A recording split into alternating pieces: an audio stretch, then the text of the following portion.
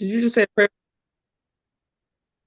Welcome to the Self Care Sanctuary. I am your host, Sharon Terry, live with Juanica Ballard. Welcome, welcome, welcome. It has been a couple of weeks. Wanika is not new to the sanctuary.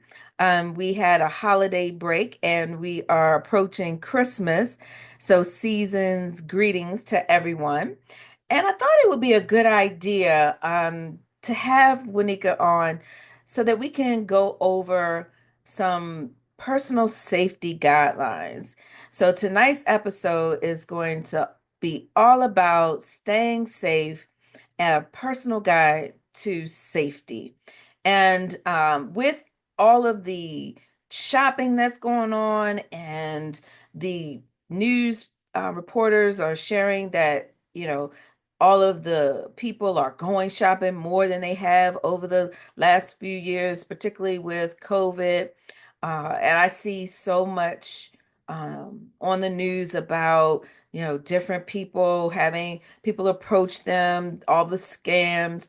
So I really wanted to introduce to you guys some personal safety tips from our one and only Wanika Ballard. Wanika, tell us a little bit about your career as a seasoned law enforcement officer, which has actually been more than 20 years. Yes.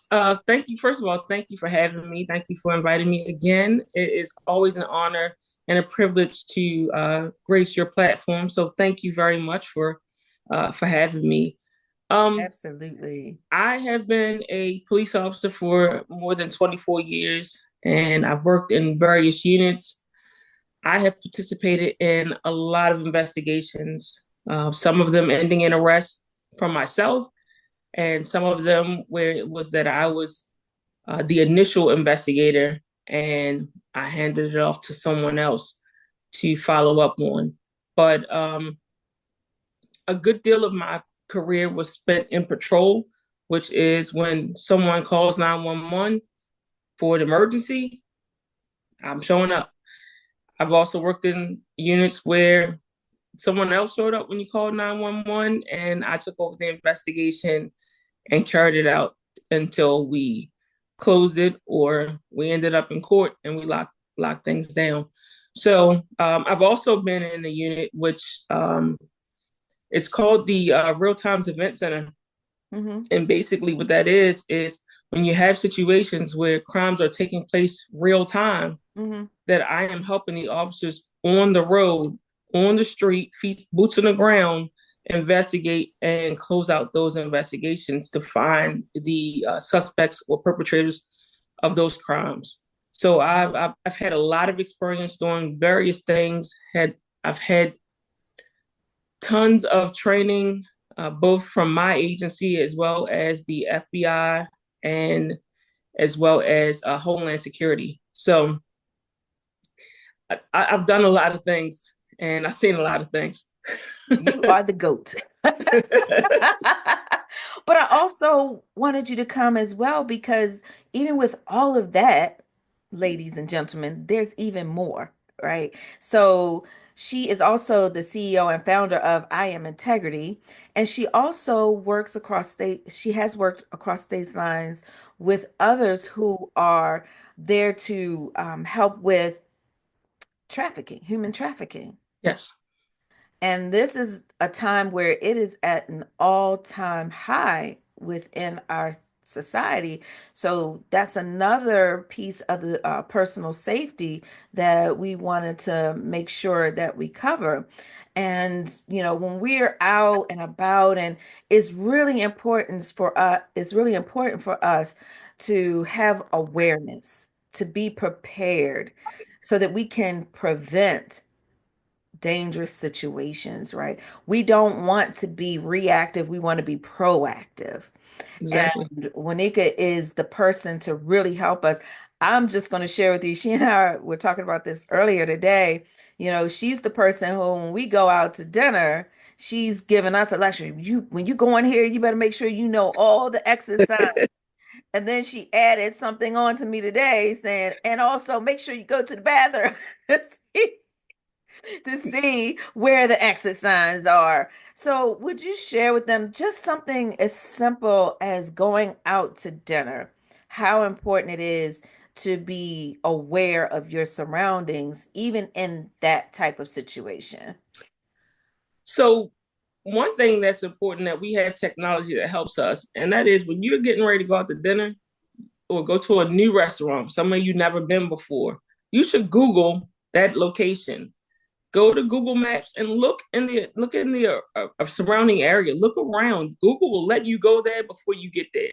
So And so true. look around the area to see kind of where you are. Where are the other streets? Where are the exits to the main highways, those other corridors to get you where you need to go if perhaps an emergency takes place and you need to get out quickly.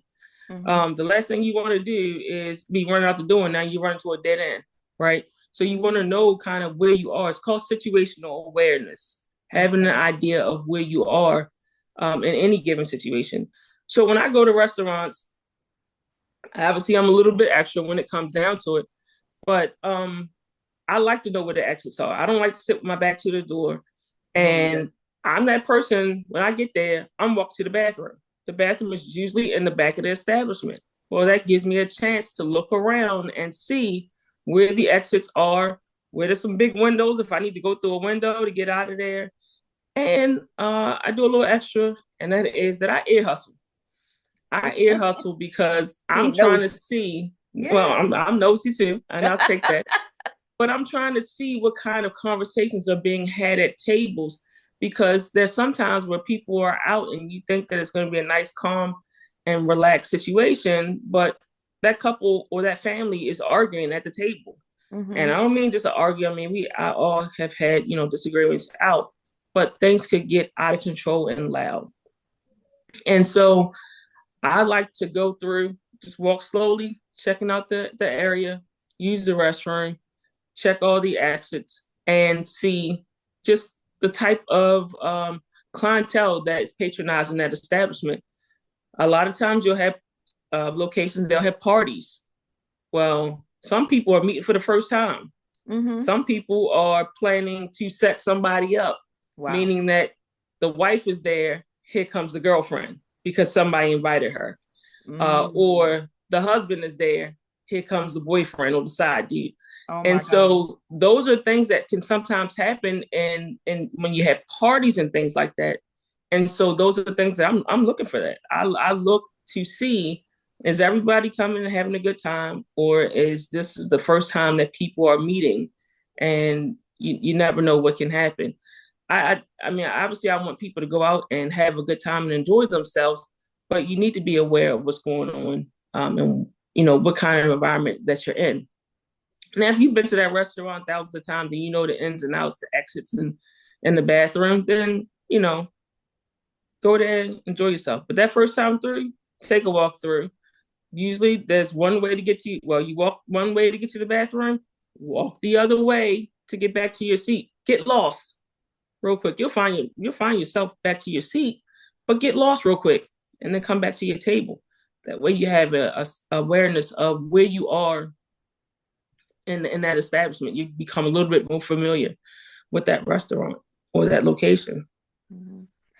Thank you for that. And that's such a good tip. And even for people who are struggling with social anxiety, because part of it is that they aren't familiar with their surroundings. There's a lot of different people. So just having that time where they can take a moment to scan the room, go through, see, look at faces, and like you said, ear hustle or listening on conversations to see what kind of people are in the room. That is a really good tip because we don't think about it. We don't think to do that. We go in, we get seated.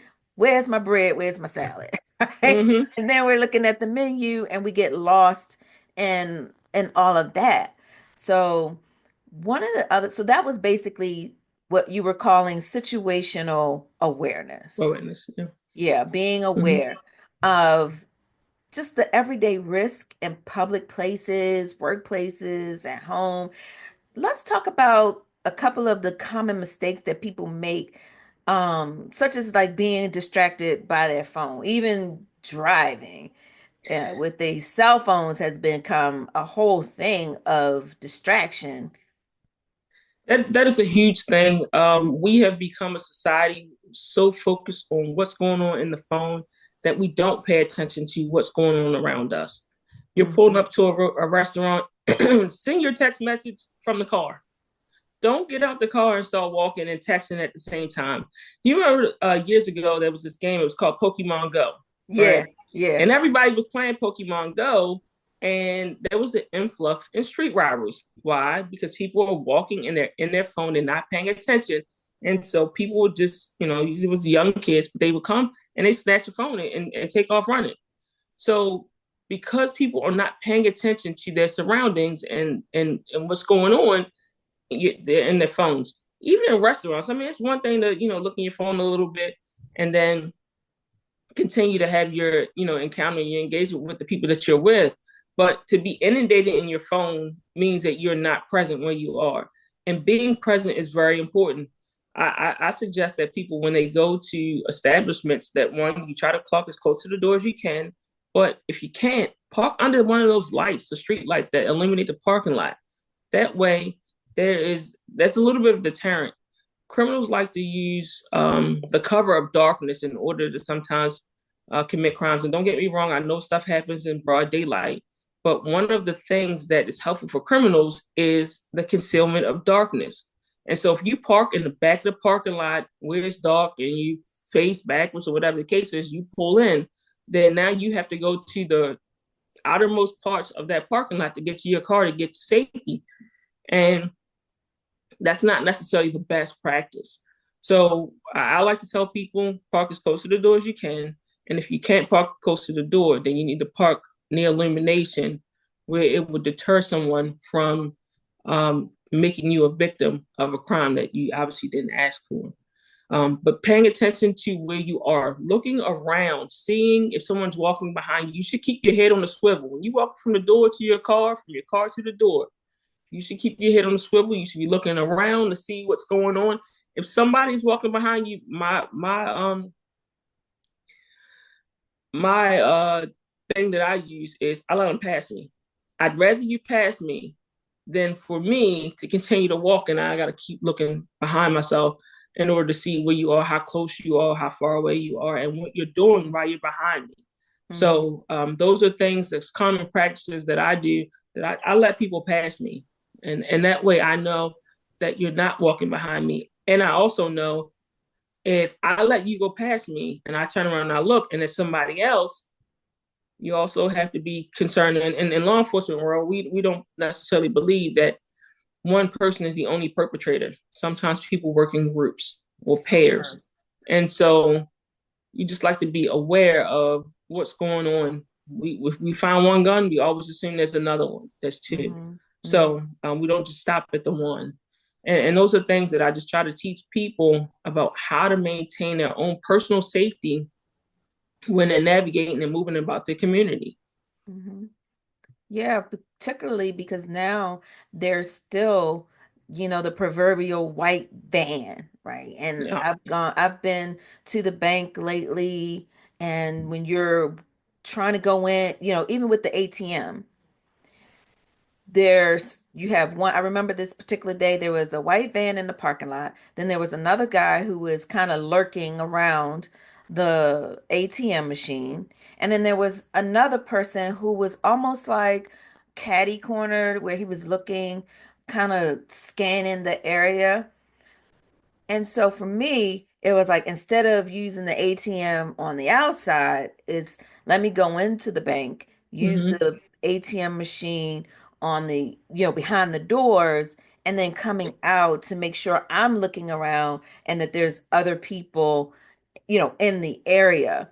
Mm-hmm. What other tips can you offer people for something as simple as just going to the bank? So I recommend people go to the bank during the daytime. If you absolutely positively have to go to the bank at night, um, then I do recommend going inside of if they have those ATMs that's on the inside, then going inside. Most times you have to use a card to get in. And so at least if God forbid something were to happen, there's a form of being able to track that individual who came in behind you. A lot of times I've also seen people who go to the ATM, get money out, and they walk out the door with the money in their hand. Put it in your Mm-hmm. pocket. Counting Put it. it, yeah, count it there, put it in your pocket and roll out. But if you're at the ATM machine and you know that you've gotten all the cash that was dispensed to you, don't count it right there. Get to the car, lock your door, then count your money. Or maybe, go around pull off. And it depends on what area you're in. I mean, obviously, crimes can happen anywhere, but the probability of them happening in certain areas are a little less than others. But because we're talking about the holiday time is a great time. It's an exciting, magical time for people who are shopping for others and wanting to do things like give and things like that. But this is also a time where there's a lot of opportunity for people who are commit crimes of desperation because this is it's like grabbing fish in a barrel. Like everybody's out, everybody's shopping. And so because everybody out and everybody's shopping, 9 times out of 10, nine of those people that you run into are out buying presents and they have money. So Yeah. those are just things when you go to the ATM machine, I definitely suggest that you do not walk out with your money in your hand, to put it away and then count it later. If you're at the ATM machine and you know you got all the cash that came out, if all the money's not there and the bank isn't open at that time, there's not much you can do about it besides call the bank once you leave.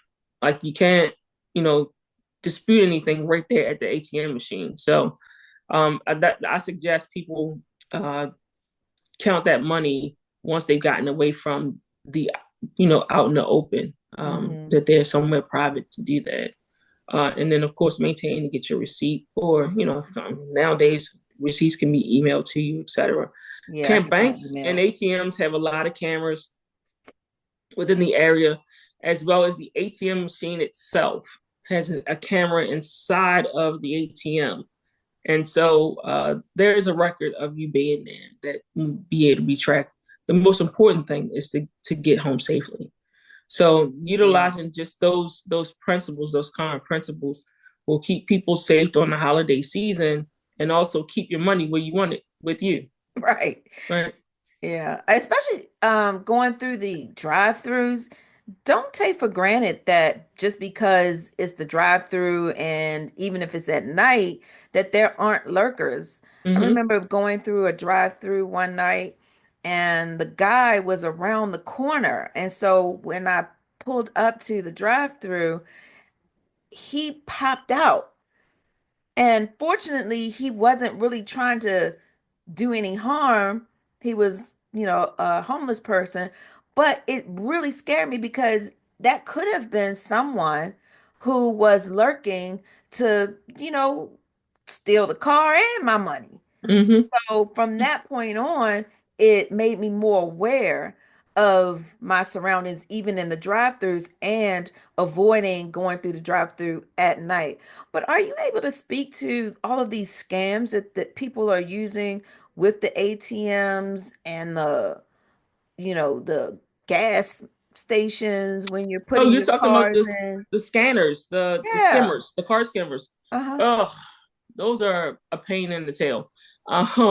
People are installing those usually during the cover of darkness when nobody's paying attention, and they're adding these skimmers on there, and then your bank card information, your numbers are being pulled and into a different kind of database, and people are utilizing them that way. It is pretty it's pretty challenging for a person who's untrained to recognize whether or not it's a skimmer or if it's a actual um, debit card machine or transaction machine.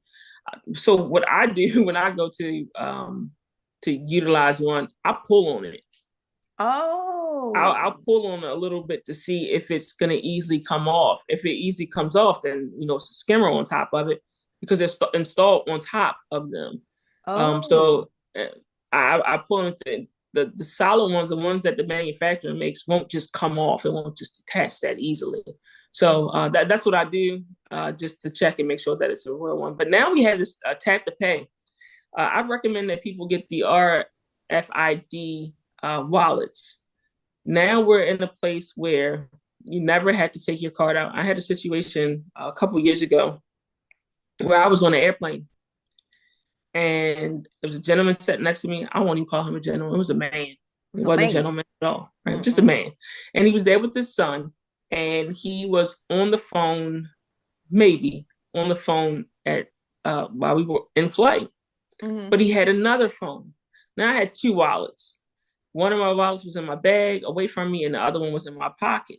Mm-hmm. Well, when I got to my destination, I was getting a notification from my bank saying that there were transactions being made to a hotel that he was telling me, well, not telling me, but he was talking about getting a reservation for.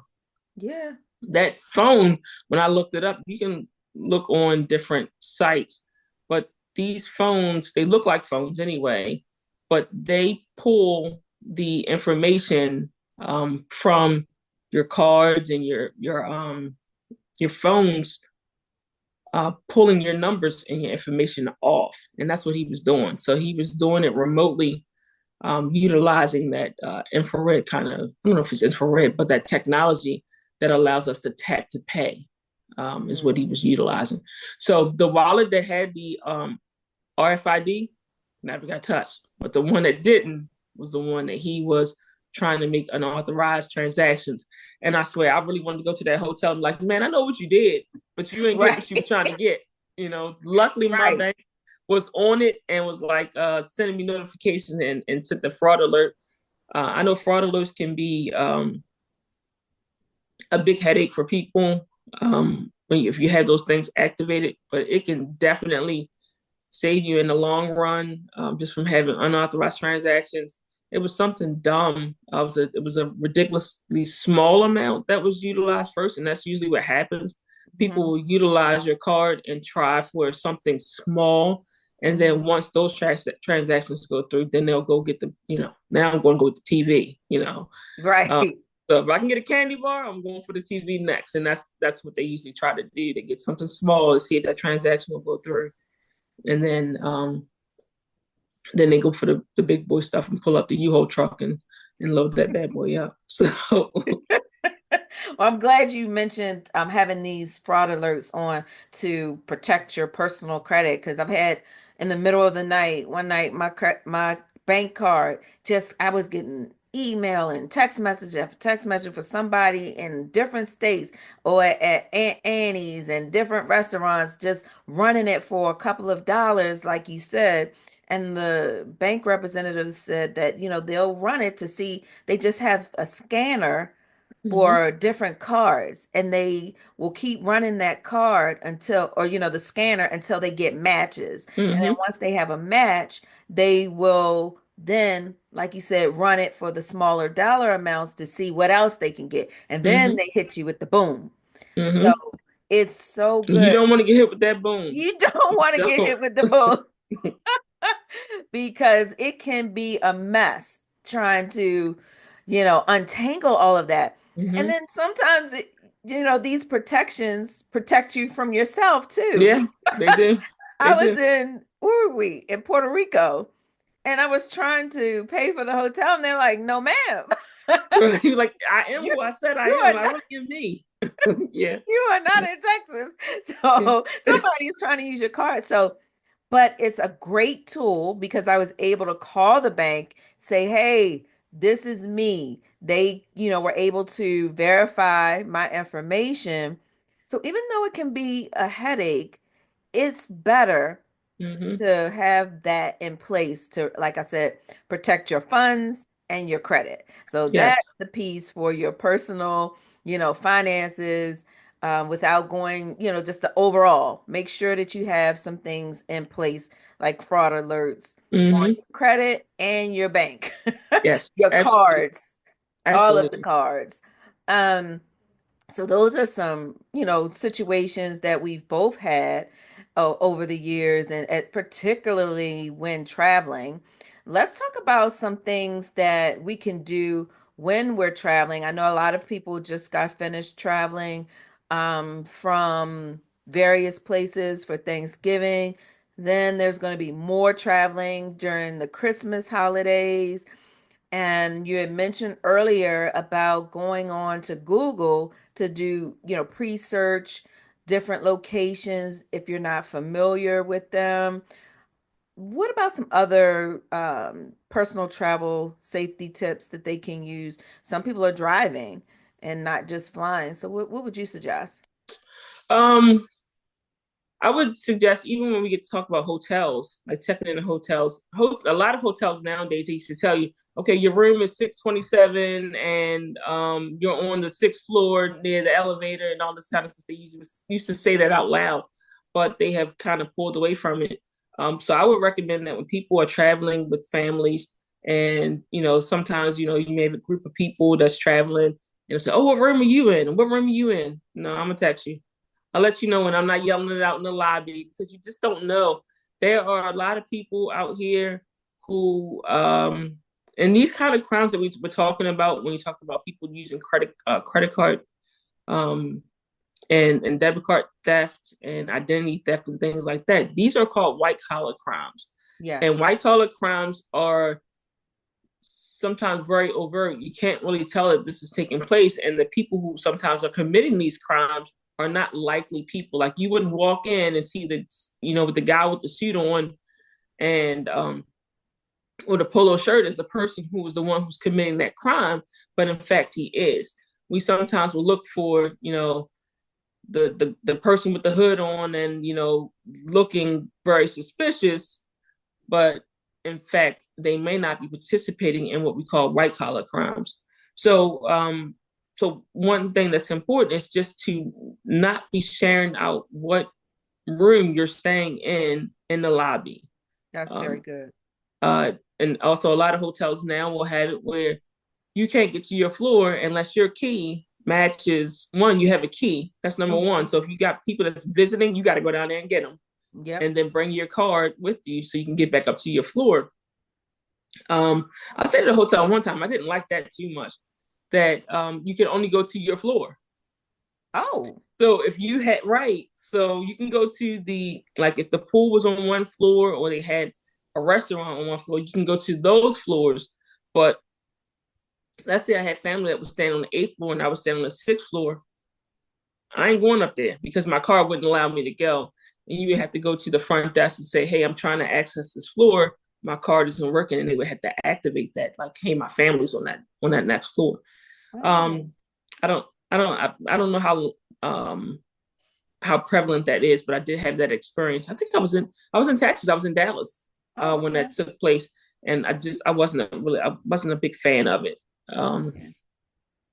so I mean, just traveling, you have the ability to nowadays, like I said, with technology will let you know how long it's going to take for you to get to your destination, as well as detours. Sometimes we'll come up on maybe an accident or road construction that will detour you to another location. If people don't have, I don't know that a lot of people are traveling without having some form of GPS system, whether it be Apple Maps, Google Maps, Waze, etc. We're long gone past the days of MapQuest when you had to print all those pages out That to was figure my out where you. friend MapQuest was our friend back in the day, back in but the day. but technology has given us the ability to be able to go through detours and then get back on track when it comes down to it. People should also. A lot of people don't know that that when you're traveling and you're trying to get to a restroom or you're trying to get to a gas station or a restaurant, that there are signs or icons on the roads on the road signs that will tell you if this next exit is going to have, food or a restroom or a hotel or a hospital. Yeah. I mean, these things are now very prevalent. So for our new drivers, when you're traveling on the roadway, and let's just say you got to go to the bathroom, and sometimes it'll tell you like go to the bathroom now because you're not going to get another one for 46 miles. Right. And for us older people who don't have I need one at teacher every stop. bladders, like we need that. We need that indication to let me know. Let me go now because I might not be able to go later. Right. So just pay attention to those signs that let you know. And just because it says that there's a gas station doesn't necessarily mean there's a bathroom because not all gas stations have bathrooms in there. So just different things like that to pay attention to. So pay attention to your road signs. Pay attention to those billboards that give you that flashing information to let you know that a 20 exits up, it's an accident. You're going to be sitting for a while. I always recommend that when people are doing road trips and things of that nature, that you go get your vehicle serviced before you take that road trip. Make sure your Yes. tires have proper pressure. If you have a gasoline powered vehicle, that your oil change is squared away, good to go. Your tires are in good condition. Your windshield is in good condition. I like to do a walk around the car just to make sure everything is everything on the car when we're Hmm. getting ready to do a road trip. We're packing up to go for a distance ride. Um, so those are all helpful things to do, uh, to have and put into your plans when you're taking road trips and traveling for the holidays. Um, I always suggest people put blankets in their cars, maybe some flares, just Yeah. in case you don't know. I mean, they sell emergency roadside kits for your vehicle just in case you're Hmm. stranded and you got to be in the car for a while. AAA used to be the thing you go to, and then you back in business in a couple of hours. Well, maybe you back in the day, like the 30 minutes. But now It's a you might couple be of sitting on the hours. side of the road for 7 hours waiting for that service to show up. And if your battery's died in your car, you're gonna be cold. We're talking about December. Pack a blanket, pack some put some bottled. Now is the time, like during the summertime, they say it's unsafe to have bottled waters and things like that in your vehicle because of how the bottles break down and have carcinogens. But this is the wintertime now. So have a bottle of water in the car, have a little, pack a little snacks or whatever, especially people that have like diabetes and things like that, where you have to have food, trail mix or something like that. Keep that in your vehicle so that you have it just in case of an emergency and you're stuck in your car for an extended period of time. Mhm. You won't end up having a medical emergency on top of it. So those are just things that I suggest of having. My car, I keep bottled waters. I keep stuff in my car that I know normal people don't have. I keep a trauma kit in my car. That's good Um, though. yeah, you just never know what will happen. And so, just from all my years of working in law enforcement, um, realizing that on the way home, sometimes you have to now become a police officer that's on duty. And so how can I help somebody with the CPR mask and things like that? I keep that stuff in my car just because squirrely, I guess. I don't know. But I just want to make sure that we're covered and make sure that any emergency, in the case of emergency, I'm prepared to be able to, keep myself safe with, latex gloves and things of that nature, but also be able to, offer life-saving assistance to anybody who might need it. Hmm. Yeah, for sure. Because traveling, whether it be domestically or internationally, we are around surrounding so many people, or I should say, so many people are surrounding us in public places. That's what we talked about. So keeping your belongings secure, trusting your instincts in unfamiliar places. Well, like I said, whether you are traveling abroad, I know in when I went to Italy and Spain and places like that, they have signs up that tell you beware of I Pocket, can't say it. pocket picking. Beware of pickpocketers. Yeah.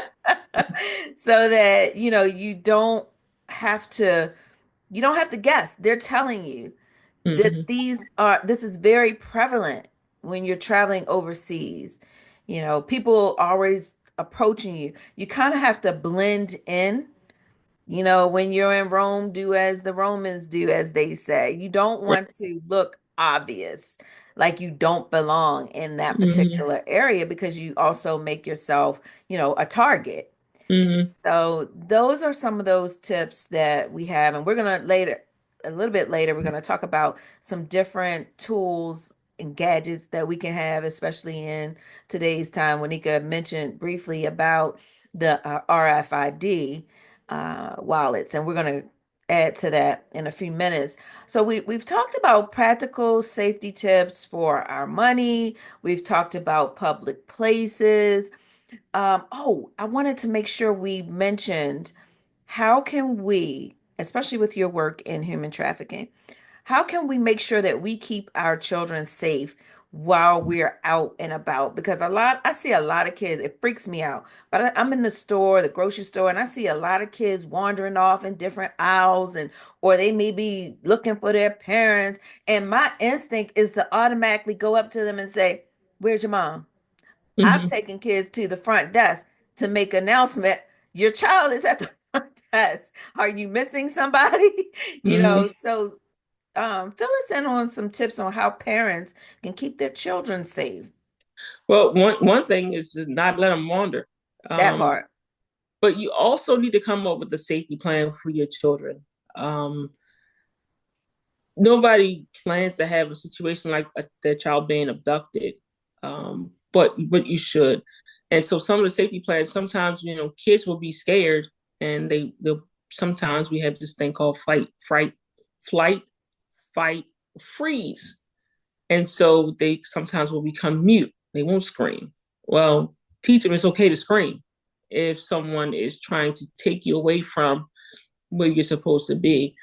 Um, it really is important. It also is helpful if parents and you have children and they have cell phones to keep that tracking Mhm. opportunity on. I think one of them is called Life 360s, and one of the apps. If your child has an Apple device, then they have you can do Find My Friends to track where they are and things of that nature. I mean, I don't want people to necessarily be so afraid of getting around. When you have little Yeah. children, small children, you got to see, you got to know where they are, and you have to teach your children to know where you are. If I Yeah. can't see you, you can't. If you can't see me, I can't see you. And so, being staying within eye distance away from you, just to make sure that they stay safe. With the trafficking, it is so important to have communication with your children. These Some of these apps that they're utilizing and communicating with people who you don't know and who they don't know. Hmm. They think that it's another 12-year-old kid. All along, it's a 47-year-old grown man or Hmm. a 50-something-year-old woman. It's not another child that they're communicating with. And so I always tell kids, that new person that you met online, do you really know them? Like, but then you don't know them.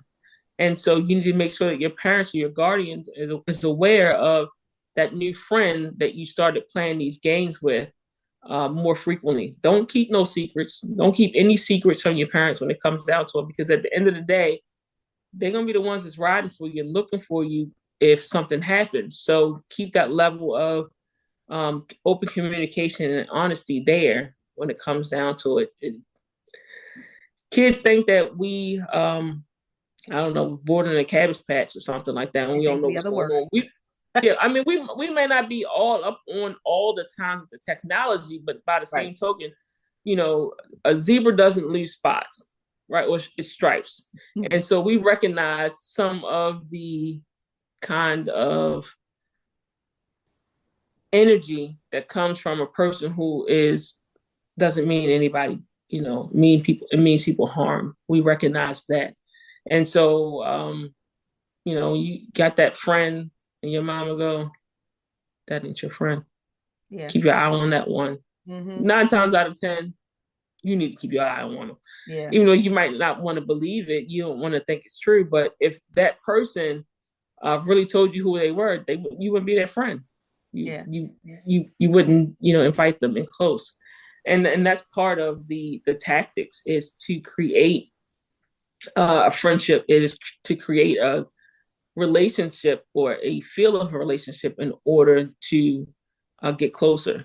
So I would definitely suggest parents keep their children close when you're out shopping, just out in the community. You should know where they are. You know what I mean? Know and have a plan in place. Hey, if we get disconnected or we lose track of each other, we're going to meet back here. Mm-hmm. We're meeting at this location, and if you're not here by this time, and I'm telling you, it's going to take me 5 minutes. Let's say I'm running a Target, meet me right back here at the carts in 10 minutes.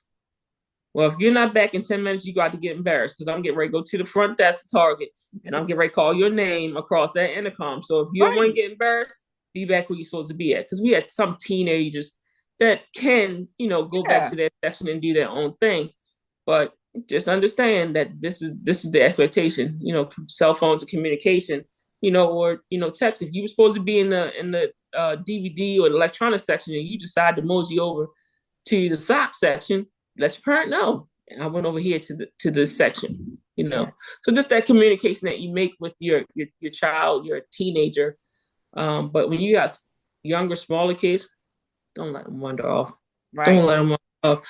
Um, when you live in a community, you can search certain databases to find out who the sex offenders are within your community. But when you're in the store, everybody get to go to the store. You know what I mean? Mm-hmm. So you don't know who's amongst you, and what their intentions are. So just be mindful. Keep your head on the swivel. You walking down the aisle of the store, and that person is walking down the aisle of the store, and they keep walking down the aisles. It's something to pay attention to. Yeah. 9 times out of 10, what I do is, if I like, sometimes people just be staring at you, or just kind of lurking. Speak to Yeah. them. Hey, how are you? How are you today? Are you having a great Danger, day? danger. Right. I mean, but it calls them out like, hey, I Yeah. see you looking at me. So you Right. either gonna stop looking at me, or you gonna go about your business. Which one you want to do? Because we can Exactly. square up right here too. We need to. That's not Right. the plan, but you just need to make sure that they understand that I see you, and I Right. see you seeing me. So Yeah. we're gonna make this unawkward, because you're making Right. me a little uncomfortable.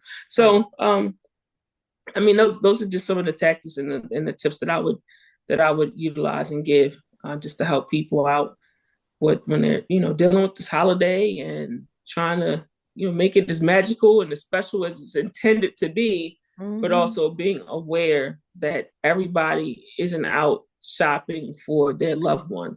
Other Mm-hmm. people are taking advantage of opportunities that may come their way.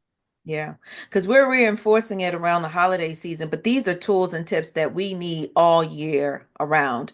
It's Yep. just that this is a time when these stores have a concentrated amount of people more than usual, Right. so that we have to be more vigilant about personal safety. So we've talked about the travel, keeping our children safe, our money safe, public places. Let's talk about home safety. How important is it for us to have locks and alarms and everybody got Ring and people getting caught doing crazy things? So is there even such a thing as too much, or what would you suggest? Uh, that was a tough one. I've worked in areas. I've worked in areas where I can tell you that people didn't lock their doors. How I know they didn't lock their doors? Because sometimes the door would be open, and we'd get an alarm check. And that's the other false sense of security that people get. If I have an alarm, I don't have to lock my doors. Well, you do. You still have You to do. lock your doors. Um, and during times like now, people who are professional, these see, you go to work every day, and you go to work because you're a counselor and you're working with people, and that is what your intention is. And there are other people who have practiced their craft, and they are called career criminals. And so these Hmm. career criminals take their time to learn the patterns of their targets. When do you leave for work? When do you come home from work? What days of the week do you may come home early? Is somebody home on these hours? These are things that criminals, burglars pay attention to so they can develop and keep track of your patterns and your habits. Certain things that we tell people, if you're leaving, let's say you're leaving out for the holiday, right? Mm-hmm. And you're going to be away from your house for a week. I know people sometimes leave for months, for holiday. Call Mm-hmm. your local police department and let them know you're going to be out of town for X amount of weeks, X amount of days. And so that if one, they'll increase patrol in that area, but also if there's something or someone there, they know that person's not supposed to be there. They know they're not Mm-hmm. supposed to be on your property. And so I encourage people that, notify them and they'll do checks of your, on your street and things like that to keep watch over your property. I also suggest people utilize things like, like I said, we got technology, using that to turn your lights on at different times Mm-hmm. so that it doesn't look like you're not home. Mm-hmm. Like I said, people are taking some criminals. You were talking about career criminals. These are people who spend time with practicing and watching patterns of behavior for those targets. So if you can keep them guessing, when you're going to be there, when you're not going to be there, how you usually park your car. Maybe sometimes you park your car in the garage all the time. Well, don't park it in the garage every single time. If it's going to be a nice night or whatever, lock your doors in your car, obviously. Maybe park it in the driveway. Just do different things so that it keeps people or criminals off their game when it comes down to trying to track when you're going to be home because they won't know. So those are just some of the things that you can utilize. You can call your local police department and let them know you're going to be out of town, and they'll do patrol. They'll patrol the area and keep an eye on your property and make sure everything is safe for you. Yeah, I But love you that. definitely should lock your doors though. You should definitely lock your doors all the time. I know people that live in certain areas and they don't lock their doors, and you know you can Yeah. only make the suggestion, and then if they don't follow it, then it's like. But I think that's one of the questions that insurance companies will ask though. Were the Do you doors lock locked? the Is door? there signs? And those are things that is when we do investigation for burglaries and things of that nature, what we look for are pry marks. Did they have to pry the door open to get in, or did you give them an open invitation to come on and take your stuff? Mm-hmm. Whether it be a window or door, how did they gain entry? How did they leave? And so sometimes people will swear us up and down. I've had people tell me, oh no, I locked my door. I locked my door. Well, unless the person had a key that got in here, you ain't lock your door because how did they get in? Yeah. Right. Cameras are great.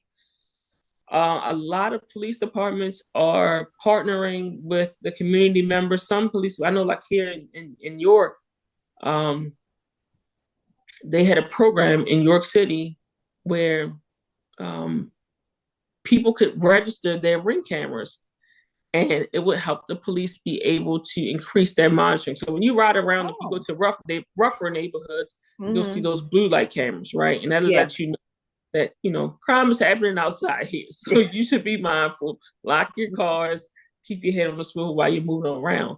But on top of that, if you have a Ring camera that's registered with the police department, then the police departments are able to access your Ring camera. So let's just say that your house didn't get burglarized, but your neighbor's house across the street did. Mm-hmm. Well, your Ring camera may have caught some of that footage. And so it helps within communities when they have those types of incentives to help keep eyes on everything at Mm-hmm. all times. Yeah. You know. I didn't know that. That's good to know. And then on top of all of that, get yourself a nosy neighbor. Make sure Mm. that you have a Mr. Brown. My neighbors, I keep a pretty good relationship with my neighbors. So when they go out of town or when we go out of town, we let them know, hey, look, we're gonna be gone for a few days. And we Yeah. trust the neighbors. If there was an emergency and they need to get to our house, I have no problem with giving them the code to, get into my garage or, whatever to Mhm. get into the house to, check things out and vice versa. They let us know. So you should definitely make friends with your neighbors to keep an eye on your property while you're not there. Yeah, Um, that's and, what and, we do and too. do the same. Look out for each other. That's what communities are for. That's what it Communities are used to be for is like. looking out for each other. If you live somewhere and you don't know none of your neighbors, you need to come outside more. Right. Yeah, you need to come Right. out more. Right. My neighbor is not his real name, but we call him Mr. Brown. And trust me when I tell you, he know everything that's going on everywhere. He And keeps I know Mr. Brown, and he does know everything that's going on everywhere. he will come in. You got company? Who is that? I love him, but he definitely he be on point. Let me say Yeah, that. yeah.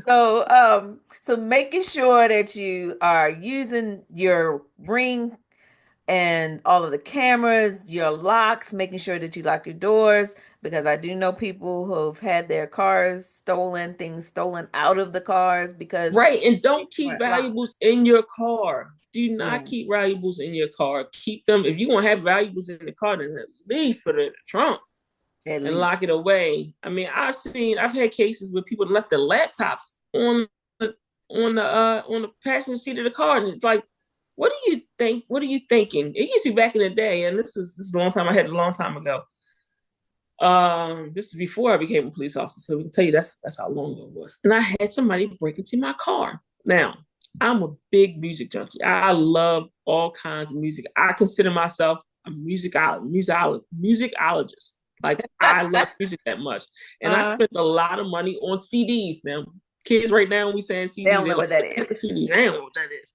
Well, I had my prized collection of CDs, and I left them on display, left them in the open, and someone broke. I was at work.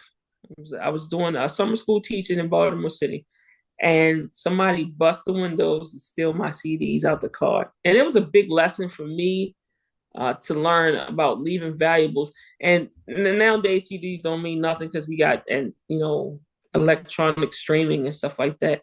But that $300 that it cost to replace the windows in my car, and they took my daggone CDs. I was hot. I I was hot, bet. but it was my own fault. And CDs back then was like $10 a piece. Yeah, And if you got the deluxe one, you might I pay was getting ready to $24 say. for it.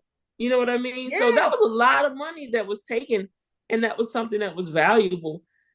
So I suggest, we don't have that problem obviously anymore. Back in the day, you used to be to take the front plate off your radio and take it with you, so your car, people wouldn't steal your radio out your car. That was a right. thing that used to happen back in the day. But I'm trying to get back to all that old stuff. But just don't leave valuables laying around. Don't leave it out just because you don't think it's a value anymore. Trust me, someone who has ill intent can find value in that. Book bags, leaving book bags in the car. A lot of kids nowadays don't carry textbooks. They carry devices, laptops. Some school districts do not keep trackers on those devices. Take them in the house, lock them in the trunk, lock them away. Don't just leave them out just laying around. And more times than not, if you see it, even at your little chains, I know you think, oh, it's only a couple little quarters in here. Well, them couple little quarters to somebody who doesn't have anything or not a lot, or if they can hit 10 cars, guess what? It can become a lot. Yeah, So don't leave change and money out in the open in your car. Make your car look like it's brand new, showroom clean when you leave it. Don't leave valuables and things like that laying out in your car anywhere. Not only just over the holiday and at your house, but even when you go to the malls and stuff like that, you're going shopping. Put that stuff in the trunk where you can't see it, or if you had those covers that go over your truck. If you have like hmm, SUVs and stuff like that, cover your valuable items so that nobody knows what's in there. It looks like it's nothing in there at all. You could have 10 Louis Vuitton purses in the trunk, but as long as it's covered, nobody knows that it's in there, you know? exactly, exactly. Protecting your personal belongings, Mm-hmm. protecting yourself, Mm-hmm. from predators, even which brings us to the online safety. Just tips for just avoiding phishing scams and protecting your personal information online is just as important. Just like we had the skimmers. What's some suggestions that you have for people to protect their personal accounts online? So If you're already friends with that person and you get a new request, it's not the real one. It's probably a hacker. And so when you start talking about hacking, and the thing that is more profitable with hacking is that some people have their Google Pay, Apple Pay, and stuff like that hooked up to their social media. So if I can hack into your account, then I got your credit cards. I have your financial information, and that's what they're looking for. They're looking for an opportunity to get your financial information, to take your identity, or if you have a business, and then those things are linked up. People now will the popular thing now is that, all right, I'm gonna hack into your account, but I'm not gonna take over your account, and I'll have correspondence with that individual through on your TikTok. I'm on there, but then now I'll say, call me, and I'll send the number. Well, now you're talking to somebody else. You're not talking to that individual that has been posting those videos. Mm-hmm. So um, keep all of your communication with anyone in those DMs. Keep it that way. Don't especially when it's new things, people offering services and stuff like that. Keep it in that chat, because those things can be reported to the social media platforms. Social media platforms have investigative units that handle these kind of things. But once you go outside of the protection of those platforms, then you become on your own, and you can be talking to anybody.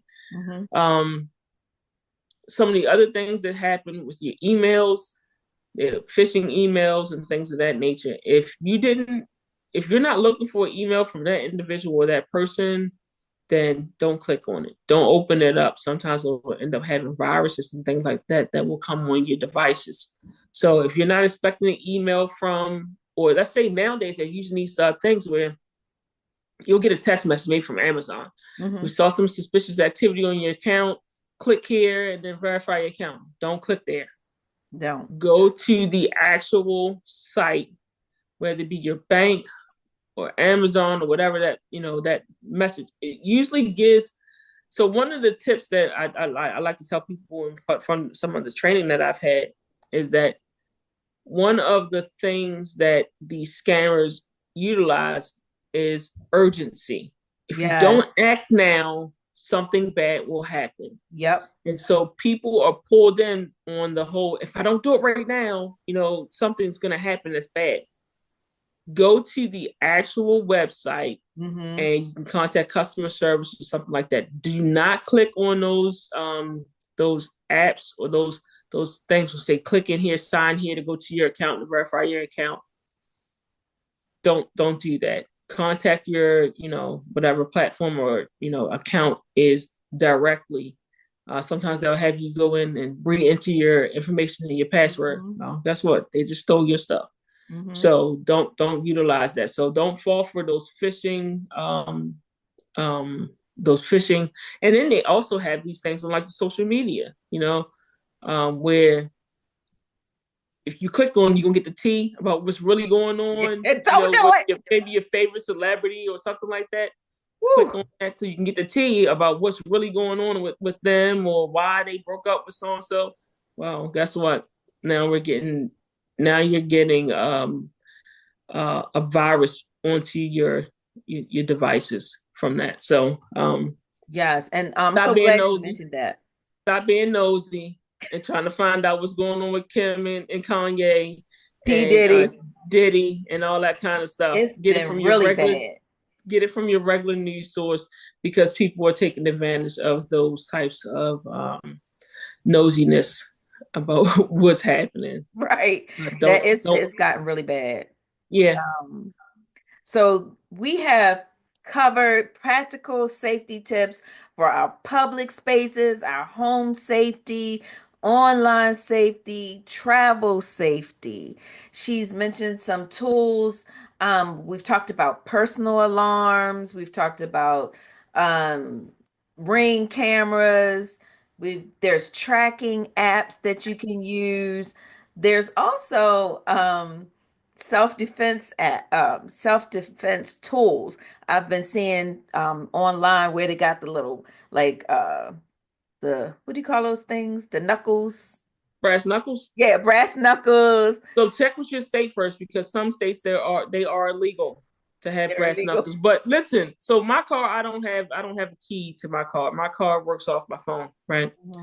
Mhm. But I always have some keys. Why do I always have keys? And I obviously I have other tools that I carry, but keys can be a tool if necessary to get someone off you who is in close proximity. Um, we used to tell people that take those keys and at least have one of the keys that's poking through, so you're holding it so that if you have to jab real quick to get some space or some distance Hmm. from someone who's trying to attack you, then you're able to do that. So there's just a little bit of self defense things that you know would need to utilize. Hold on to them keys while you walk in the car, especially in in a dark spot or you're walking home from work because you don't have a car, whatever the case is. Hold on to that stuff. Um, Is mace, is that depends on your illegal? it depends on your state. Okay. Depends on your state. So check with your state. But at the end of the day, this is my theory, and this is probably not the best theory. I probably shouldn't even say this, but I'm gonna say it anyway. You Listen, didn't hear it here. it's you heard it here. I mean, I'm gonna stand on business when it comes down to it because at the end of the day, as long as you're not utilizing it to go attack somebody or get back at somebody or revenge, but you are using it for your own personal self defense.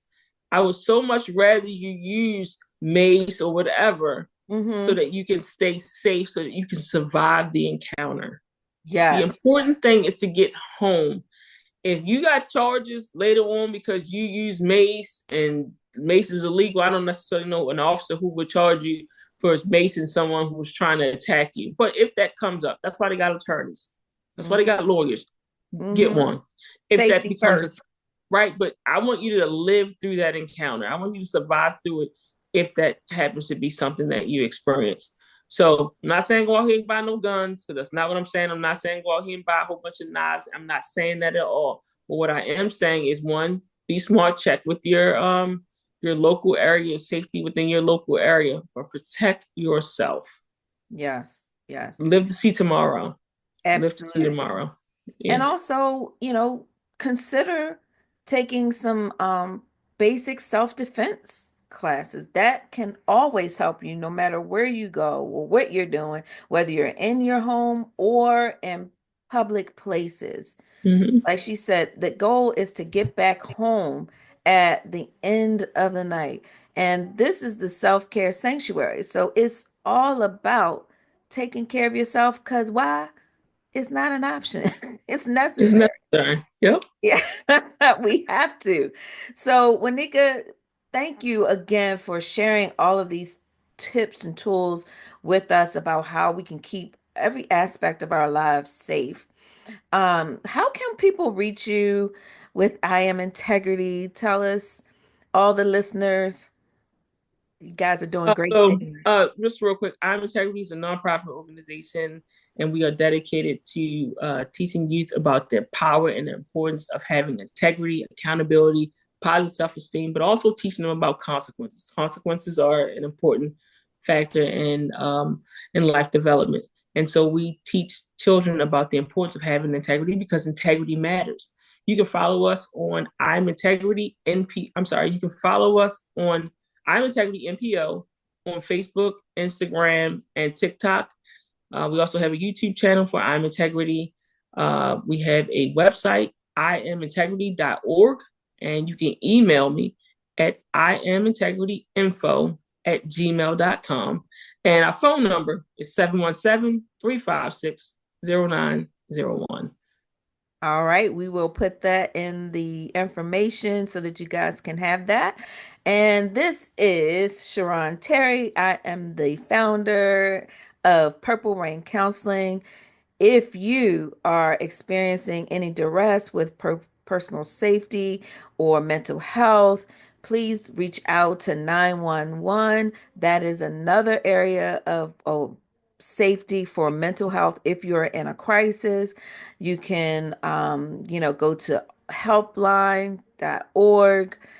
There's all types of help out there. Reach out to your local providers so that you can get help. I can be reached at purpleraincounseling Facebook, Instagram, all Purple Rain Counseling. Thank you. And remember, self-care is not an option, it is necessary.